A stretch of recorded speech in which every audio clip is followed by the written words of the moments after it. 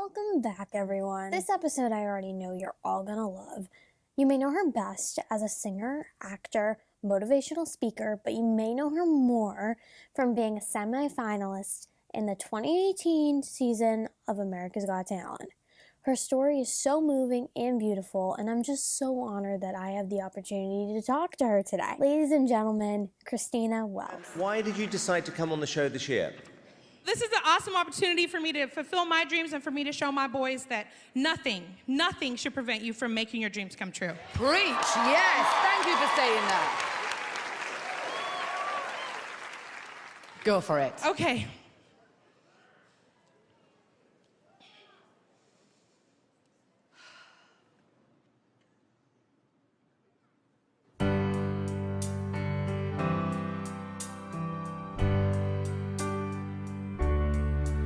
There's a light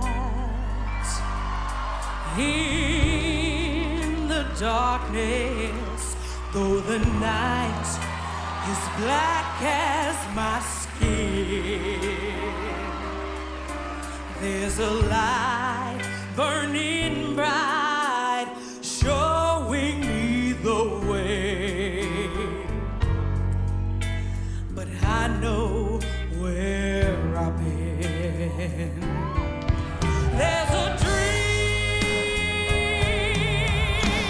To have you on the podcast today. It's been, a while, because I was going to actually interview you a long time ago, but that never worked out. But I'm actually glad that it works out now. It's crazy how time flies by. I'm currently actually in college right now. So, Okay. yeah, so that's where the setting is. Normally I do it at home, but I like to keep it going at college, for sure. So first off, I always ask my guests this when I have them on. So for the first question is, how did you first get into performing? Like, was it something that you always wanted to do? Because you were a nurse and a mom and still are to two boys, and now you're, a singer and stuff. So like, how did your whole process start? Well, I wanted to be a singer when I was a child. I'm one of those kids that started singing spontaneously at the age of 3, just putting on full shows, singing into the jump rope. I always wanted to be a singer. And I used to dream of being on Broadway, and I was obsessed with the musical Funny Girl. Anyways, and so whenever I was senior in high school, I wasn't in choir growing up. I was in the band. And when I was a senior in high school, I ended up joining the choir, and the choir director, Mr. Delaney, may he rest in peace, he was like, you have something special and you should be using it. And so whenever I went away to college, at first I went away to do computer science, and then I ended up trying to do theater, and I started trying to audition, and that was in 1994. And so very different from today, very, very different from today, very close-minded. One of the biggest things, and now I literally got my yearbook out the other day to show my son. I was like just a normal size, I was like a 14, 16, maybe. I'm 5'8.5". I have been since I was 11. And just, always look like a woman. But at that time frame, Christina Aguilera, Britney Spears, it was very skinny, skinny, skinny, skinny, skinny, skinny. And so anytime I audition, people would always be like that I could sing, but that I was just too big. And so I had an audition that I did here in Houston, and I just, you get rejection. And I think that's one of the biggest things in this industry is being able to handle rejection and understanding what the rejection means.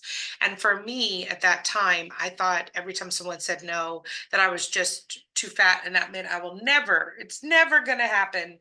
Never, ever, ever. That's what we tell ourselves. Exactly. And so, plus I was insecure about my weight. You know, we all have things we're insecure about. You know, my favorite Yeah. story is Lady Gaga, her nose, and people telling her she's too ugly to be a singer. And, you know, just kind of that's what she thought. So when they said it, they accepted it. So I thought I was too fat. So when they said it, I accepted it. And so I quit. And I didn't try to sing for a very long time. Like you said, I'm an RN, I'm a nurse. I've been a nurse for 20 years. I'm still a nurse. I still work as a nurse. Nice. Um, and I'm a mama. And so I just like threw myself into that. I worked and I took care of my boys and I raised my boys. And singing wasn't something, I thought singing was for dreamers and fools and children. It wasn't like that's not for adults, you know, you can't Right. pay the bills singing, you can't, that's what I believed. And it wasn't until my oldest son was about to be a junior in high school that I was like, oh wow, my kids are about, they're getting close to growing up and moving out. And, you know, I have, you, as your kids get older, you have more time, a little more time to yourself or just to Right. do things you want to do. And I started, I was like, I'll just sing for fun. And I reached out to a local, like a college baseball team, and Mm. I emailed them a video of me singing the Star Spangled Banner in my living room. And I was like, can I sing the national anthem at one of your games for free? Yeah. And they said yes. And so I went and I Mm. sang the national anthem and like invited my friends and brought my boys. And I mean, I have a video of it and it's not perfect. It's a little too high and you can tell I'm really nervous, but I did it. And from there I just started doing little stuff. And so I decided, you know, there's this movie Bruce Almighty. And in the Mm. movie, he really, really, really wants to be lead pot, you know, lead broadcaster on this news Yeah. station, right? He thinks that he should be the big time, moving up.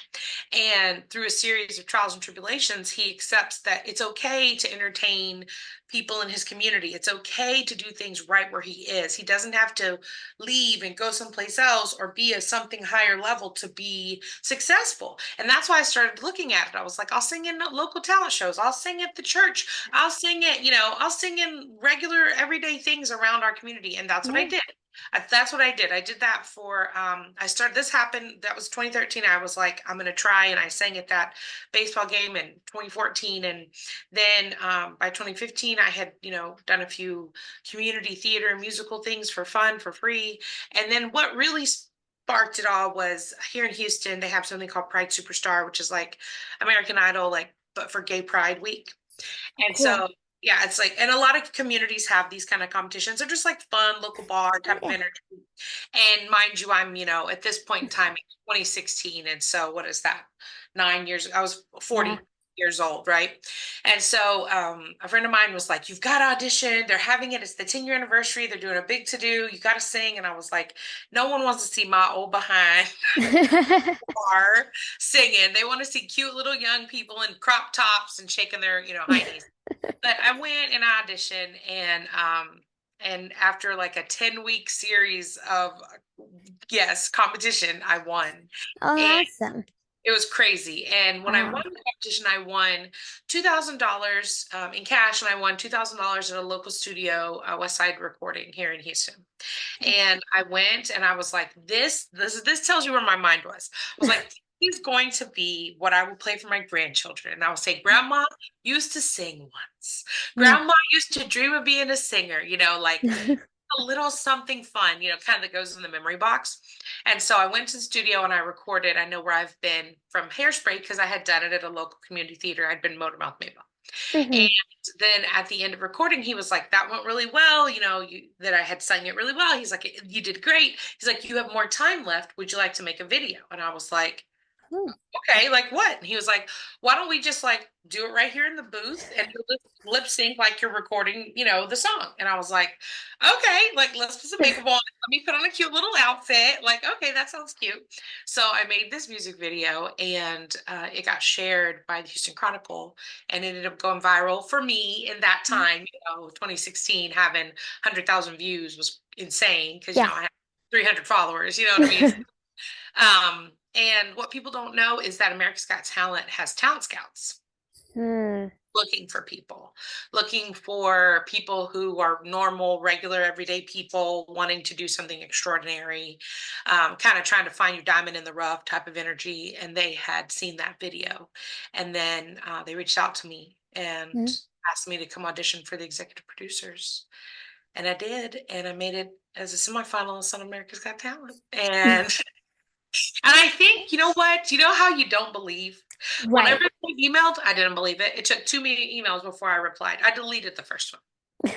There's no way in the world, after all the years of the things I've tried. And I did go through a period where when I was 28, before I went to nursing school, I auditioned for American Idol. I stood in line for 3 days at the Washington Convention Center to be smiled at and told, smiled like this when I'm singing. The Yeah. producers, oh yeah, and then no thank you. Then for some little girl who, is like a piece of bubble gum, and she's telling me that she got through to the next level, and she's saying, take me out to the ball game. That's a true Yeah. story. And then I've auditioned for The Voice twice, both times been told maybe and then not been called. I mean, I've done all the stuff. And so I was like, there's no way in my 40s, fatter than I was when they said I was too fat. Like I used to be too fat and now I'm older and fatter. So I'm way too fat now. There's no way they're gonna be, you know what I'm saying? Like that's what we tell ourselves. And Yeah. I auditioned and was very, I won't say flippant, but I was really laissez-faire about it because I was like, nothing is going to come from this. And Mhm. they were like, tell your story. And I'm like, okay. They're like, sing a song. I was like, okay. And so I'm just doing my thing. And next thing you know, you get a phone call and they're like, we would like you to come to Hollywood and we want you to sing for the celebrity judges. And Yeah. I just kept staying and staying and staying. So by the time I came off the show, which was in 2018, September 13th, 2018, by the time I came home, I had an inbox filled with opportunities to perform. Yeah. And and had offers from agents and managers and I was a little bit dumbstruck, like Yeah. I think that I believed that I needed to turn it morph into like a magical unicorn Yeah. and I would be worthy of this type of opportunity. Hmm. But I was still regular me. Right. I hadn't lost every pound. I didn't have surgery. And now, I just was still regular house, like mom, nurse Christina. Yeah. But yeah, that's how it started. And that was 6 years ago, almost 7 now, and completely changed my life. It has opened so many doors. And one of the things I will say for me is that I thought singing was the thing. I was like, oh, I'm going to be a singer. Yeah. And be a singer, sing, singity, sing. And the thing that most people want is to hear me talk about my story, talk about my journey. And then they want me to sing. They're like, yes, sing.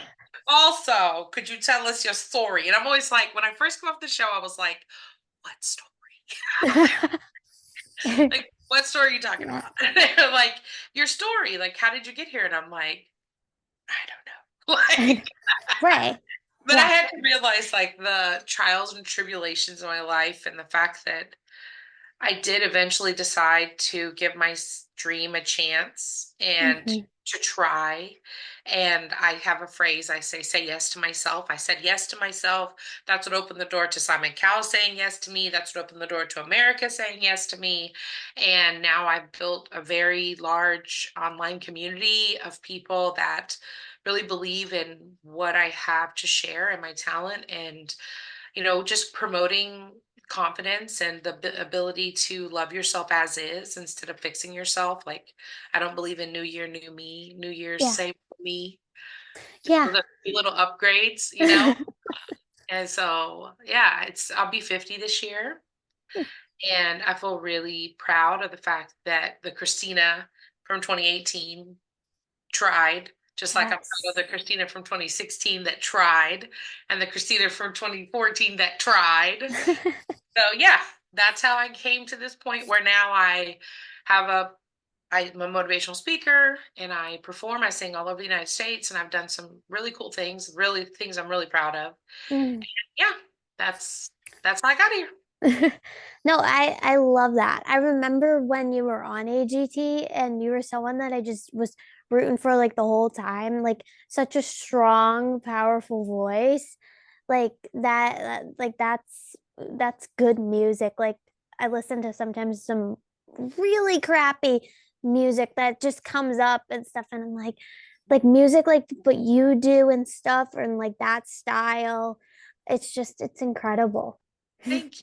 Thank you. I Yeah. will say that a lot of people are like, oh, well, once you sang on TV, weren't you discovered? I was like, it doesn't work like that anymore. It used to back in the day. Yeah. But what I did find is that America's Got Talent gave me the vehicle to connect with people. and Yeah. for people to see me as a human being, and for people to understand what it is that I want to share with the world. And so it's so much more. Like, I'm glad that I get to be a singer, but I think even more so if there are people like you that can relate to anything that I'm doing, or, young people, people who are older. I've gotten thousands of notes, letters, DMs from people who are overweight or who are older or who are unconventional in any kind of way, and who are willing to just try to accomplish the dreams that Yeah. we all have, these imaginings. Mm-hmm. We all have them. Yeah. Everyone knows you best from AGT. So like you were on the show in 2018, which feels like so long ago, but it I know. really isn't. Pandemic, I know. Yeah, pre-pandemic. So was AGT something that you really wanted to do, or did it like you explained just came like about, or did you just kind of like roll with it? It was not something I wanted to do. I had stopped doing the TV show auditions, Yeah. because they can be demoralizing. Right. You stand in line, for The Voice. The last one I did was at Minute Maid Park here in Houston, and I mean, I stood in line for like 8 hours. Yeah. And you get to know people in line, which is fun, and you're hanging out and having a good time, but it's also terrifying. And I do know they do take people from the lines, they do, but a lot of times it's more often from like what happened with America's Got Talent, where they see you or you already have some kind of following, or that's what they're looking for, is people who've kind of proven that the public is interested in them. And so getting through those big long lines and being told no, and going home and questioning why and not understanding. And now I do understand. Now I understand how television works, how those talent shows work. And so I wouldn't take it personally today. When I audition today, I'm just like, no, all right, sweet, I'm out. Like, you need to want me like this. Oh, Christina. Or you need to be like, no, thank you. I don't want any maybes. I mean, Yeah. maybe we can. No, I'm not interested. I want an all the way yes. I want an all the way no. And for me, that's everywhere. Yeah. In performance, audition, people, friends, family, love, anyone, lovers. Like, you need to either love me or you need to tell me no. Don't waste my time. Exactly. Yeah. During your experience on AGT, was there something that you like learned from being on the show? Like, what did you take away from that experience? It's really important to advocate for yourselves and to know truly what it is that you want to do and accomplish. And so that when you do something like that, anything big in your life, you'll come to moments where, how when we were kids, or well, we were kids at different times, but when you were a kid and when my kids were young, in Dare, and it was like the whole drugs, anti-drugs. And the thing they always said was, decide right now whether or not you're going to do drugs, right? Like, I'm not going to smoke pot or whatever. I'm going to say no to drugs. I'm not going to do these drugs. So that when you get in the situation, you aren't questioning. You're already ready with the answer. And Yeah. that's what I learned from America's Got Talent. Whenever I already knew, I'm like, I am not going to allow myself to be hidden. I'm not going to wear dark clothes. They're not going to convince me about any weight loss, anything. I'm not singing songs I don't believe in. I'm not going to talk about things that aren't important to me. I'm not going, I'm not going to allow myself to be shifted away from what is my authentic self. I'm going to be authentically Christina. And if that doesn't work, that's cool. Send me home. And so there were a couple of times that I had to say stuff like, for instance, I don't sing songs with messages that I don't believe in, because it will come across false, not because I'm hoity, Mhm. because it will come across false, So Right. like, if I'm going to stand on national television and I'm going to sing a song, I don't want to sing about being desperate for a man to love me. Like, I Yeah. just don't, that's not a message that I want to personally. Like, if I'm going to be on my soapbox, I want to be on my soapbox about something that matters to me.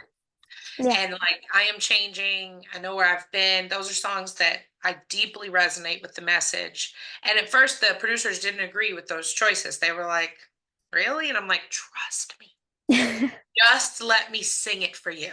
Let me come to you. Let me Exactly. sing. And then you can tell me. And then we will do the pop number or whatever number, right? And every time they were like, okay, we see it. Go ahead. And so I was really proud of that, advocating for what I believed in and for myself being authentic. Yeah. I think that being a self advocate is like so important, no matter what you're doing in life. And it's important that you speak up and you say what you want to say. Yeah. I was watching a TikTok and it was like, if you don't tell people like what did you expect from them, and it's a secret. So Right. like, do you expect them to guess? Like, how Yeah. are they gonna like? What's the magical way? Hmm. So when you say out loud, like, I don't think it's bad. I always tell people boundaries are lovely. Like, no, that's not a song that I'm willing to sing, but here are four other songs that I love Yeah. and that have a great message and meaning, and I can sing them. And here are videos of me singing them. Like, Yeah. Um, so with being on the show like The Voice, I guess this next question, it doesn't not The Voice, AGT.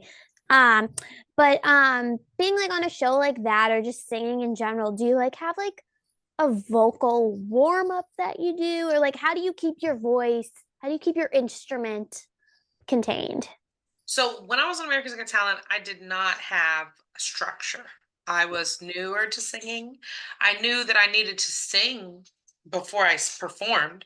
So Exactly. my warm up would have was like, sounds so dorky, but the song "The Show Must Go On," "The Show Must Go On" by Queen.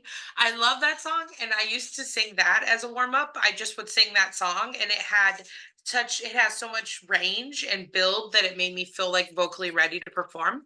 Right. But once I came off of America's Got Talent and I started to get more opportunities to perform, I did reach out and hire a vocal coach, and her name is Teresa Zimmerman with two N's, and she's phenomenal. And what had happened was I was cast as Ursula in Mm. 2021 in The Little Mermaid, and I was like, okay, this is this was my like Cynthia Erivo, Elphaba, like this was my thing. Like I've been waiting to be this role, and so Yeah. I went to her and I'm like, can you make me a warm up track?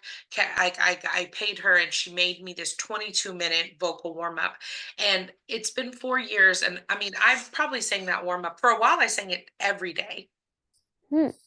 for years every day.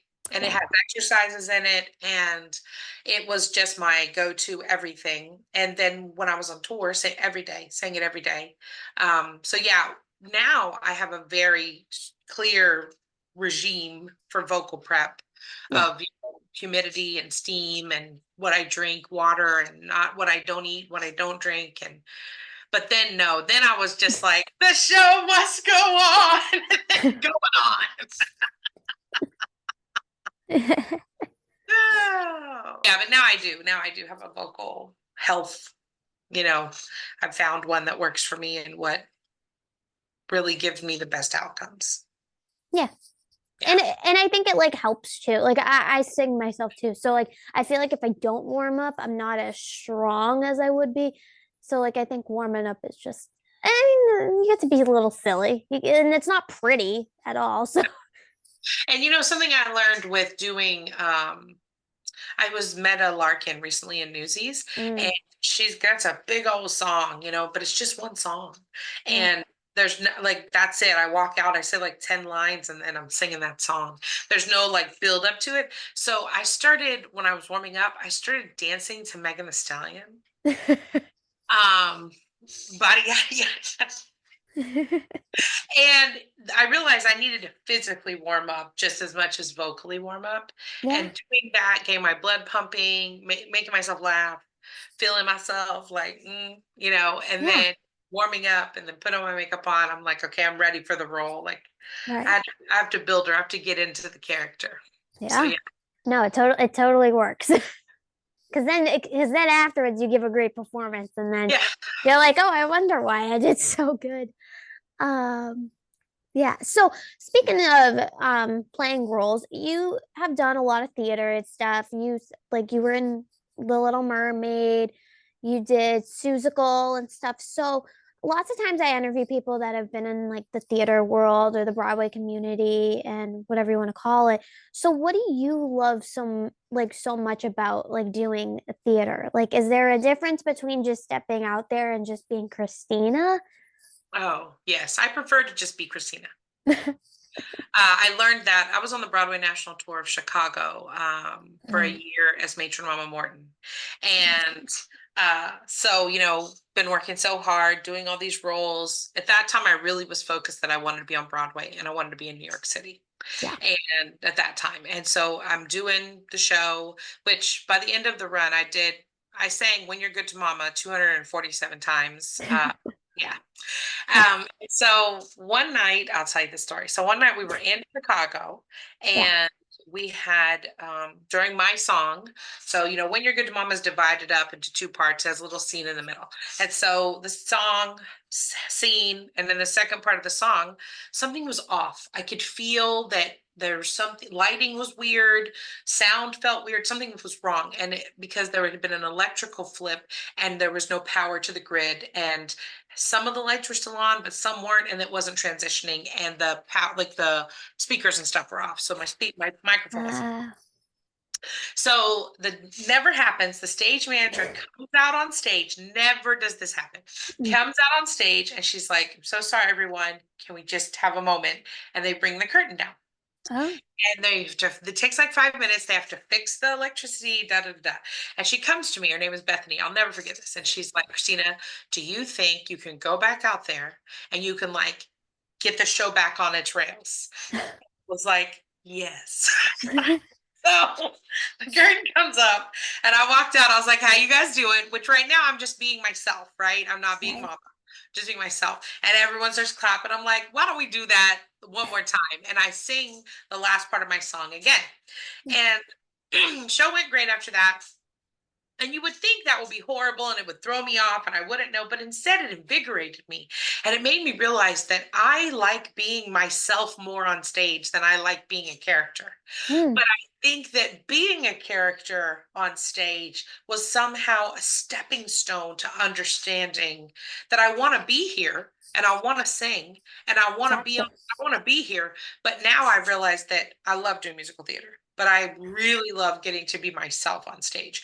When I walk out on stage and I'm doing like, I have a one woman show that I do, and I'm Yeah. doing my show and I'm telling stories about my life and I'm singing songs and I'm connecting with the audience as Christina Wells.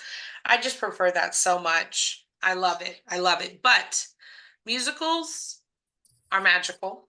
Mm, they are. They're they're a magical, wonderful, magical place. And you'll see, except for Chicago, most of the shows I've done have been all feel good, happy, beautiful, feel good, happy shows. Like, even if I play a villain at the end, it's Yeah. like a person's a person, no matter how small, and believe in yourself, and the good days are coming. And I love that stuff. And so musicals are a world that feels perfect. Yeah. And real world does not Yeah. feel perfect at all. And so it's a great escape, both for people watching and for us on the stage. Oh, definitely. I could definitely see that. Because like things that happen in a musical, like that doesn't happen in our daily life. We wish it does, but We do wish it does. Like, yeah. yes, 100%. Like, I would love to just be in the store and burst into song about how life is changing. Exactly. Yeah. Spin Yeah. through the aisles, 20 dancers show up. Like, I would love that. Yes. Instead, it's just me and my budget and a grocery basket. So, Yeah. But is there like a role that you enjoyed playing like in theater? Like is there like a role that you just enjoy playing? Ursula. Yeah, I'm Yeah. Ursula. Ursula was like pinnacle for me. Yeah. I don't feel the desire to go on tour again. And Mhm. after being on tour, I realized that I really didn't want to move to New York. Yeah. That's not what I want to do. I don't want to do 8 shows a week for the rest of my Yeah. extended stay. That's just not, I don't feel like that's what I'm supposed to be doing with my gift. But if someone called me right now and was like, "You could come and be Ursula in whatever situation, regional theater, a tour, anywhere," I would be like, "Okay, okay, I like that idea." Yeah. I even have my tentacles here. Ooh, I My like arm. that. I'm a big Ursula fan, huge Ursula fan. As you can see by the underwater themed room I'm sitting in. Yes. Yeah, it's very Ursula for me, very much Ursula for me. Mm, totally. I love her. I love her with all my heart. What is next for you in your career, like going forward? Like, So one of the big things for me in 2025 is now, like I said, I'm turning 50 this year. And I have written a book. It's almost done. Oh. And the book is called Confidence. And it is about the journey of finding our own personal confidence and not only finding it, but keeping it. And one of Yeah. the things that I talk about a lot is, being not using boring cliches like just believe in yourself, oh, you can just do it, like, just feel confident. But like, what does confidence mean? And when you get it, how do you keep it? Because it's so elusive and it runs away. Like one day we'll be like rocking our jeans and feeling cute and telling everybody like, you know, like what is it? How many letters and whatever my name, 8, that kind of energy. But then another day you just are like, I'm disgusting and I'm fat, or I look like an Mm. elephant, or I hate how I look, or I hate my hair, or it's just it goes away. And so I have Yeah. found my own ways of keeping my confidence on like continuously. And so I've written this book, and this year is really about getting the book finished, getting it out there, and just talking to people about the things I've learned in my life and sharing anything I know. If there's any way I can share anything I know about how to feel better about yourselves, how to get through hard times, awkward times, uncomfortable times, I just want to do it because I think we're all desperate for that. We all want, Mm-hmm. it's like January, everyone wants to know how to lose weight. I think the rest of the Yeah. year, everyone wants to know how to feel better. Mm-hmm. And so I would like to answer that question for people. I'd like to answer the question of how to feel better. Yeah. I mean, I see that a lot. Like people are like, 2025 is gonna be my year, and then like they have that goal that they really want to do, and then they don't even do it. So like I think just either do it or don't do it. Well, I That think we need the confidence to do it. Like that's exactly yes. what you said is perfect because rarely does anyone need to show us how to do it. Like we know what the steps are. We can see the steps of whatever our dreams are, our goals Yeah. are, but we lose the confidence on the Yes. journey where we're like, nobody wants to hear me sing. Nobody wants Exactly. to hear me talk. Even last year, I've been working on this book for 2 years. Like nobody wants to read a book by me. Like Yeah. we all say this, and if we could keep our confidence, we would be easier to accomplish those dreams and those things that we want to accomplish. 100%. Yeah. No, I could totally resonate with that. So with that being said, do you have like any advice that you would like give to someone that wants to pursue anything? And that could be singing, being a professional basketball player, I, whatever. I I think the biggest thing, if I could tell anyone anywhere, if you're trying to do something, like be okay with the word no. Yes. Like I try to think of myself as a circle. Mm-hmm. And I'm a fantastic circle. It's purple. It's beautiful. I love my circle. But if someone is looking for a square, it's not going to work. I'm a circle, right? And somebody might be looking for a rectangle. Well, but I'm a circle. And somebody might be looking for a triangle. So when you go on auditions or tryouts, or you've written a play or whatever you've done, if you are a circle, don't try to force your circle into triangles or rectangles or squares. Like be the circle, own the circle, live the circle, but expect for people to tell you no who are not looking for a circle. They didn't wake up and say, I'm going to hurt someone's feelings today. No, they said, I'm looking for a rectangle. That's what I'm looking for.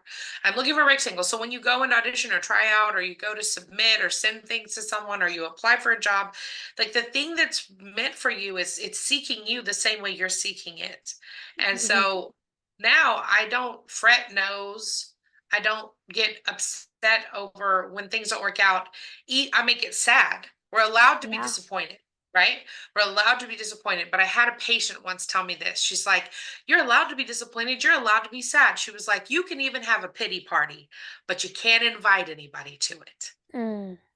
Yeah. Pity party of one. She's like, so you have your feelings and then you brush it off. I tell people, fail fast. That didn't work out. Great. If I told you there were 100 no's before your yes, you'd be going out and applying for 100 things to get your no's out of the way. Right. But as the no's are coming, we're like, Mm-hmm. and we can't take it because we think it means there's something wrong with us. But really, it just means that, you know exactly what you are, and that isn't what they're looking for. And that is all right. Because I have found that the things that do want me, that do want a circle, that want my purple circle. It works and it's perfect and it's in a whole room full of circles and I fit in exactly, or it's a room where they needed a circle. And so it sounds like a simple explanation, but it just, anytime that we're trying to do new things, in order to feel smart, you have to feel dumb first. In order to feel strong, you have to lift weights that are too heavy and feel weak. Like, you're going to have to go through the nose to get to your yeses. And when you get to that yes, it's going to be savory and delicious. Yeah. As long as you can hold on to yourself while you get to it. No, I love that. I always ask people for advice near the end of the podcast, and every advice is different, but it all means it's all aiming for the same thing, and I love that. Thank you. So where could people follow you to stay up to date on whatever you're up to? Well, I have a weekly email newsletter that that is the place that I tell people, please join my email newsletter. If you go to ChristinaWells.com, ChristinAWells.com, I have an email sign up there, and that's where you're going to find everything. I've got all my socials, I'm going to tell you my events, what shows I'm in, where to get tickets to the shows that I'm in, where I'm traveling, what I'm making, what I'm sewing, what I'm going through, my mental health journey, sharing blogs that I write. So really, my email newsletter is the place to go. So ChristinaWells.com. Awesome. Well, it was amazing getting to talk to you finally. I know. So glad we were able to make this happen. Yeah. And I can't wait, to share this when it comes out and post it up on my places. So yeah, I'm excited. Yeah. Awesome. Well, it was again nice to talk to you, and have a great rest of your night. All right, thank you. I appreciate it. Thank you so much for listening and watching to My World with Stories podcast. Be sure to subscribe on Spotify, YouTube, and Apple Podcasts. To stay up to date, you can follow My World with Stories podcast on both Facebook and Instagram at My World with Stories podcast. Make sure to give this podcast a like for future episodes coming your way. Thank you so much for listening and watching, and we will see you guys next time.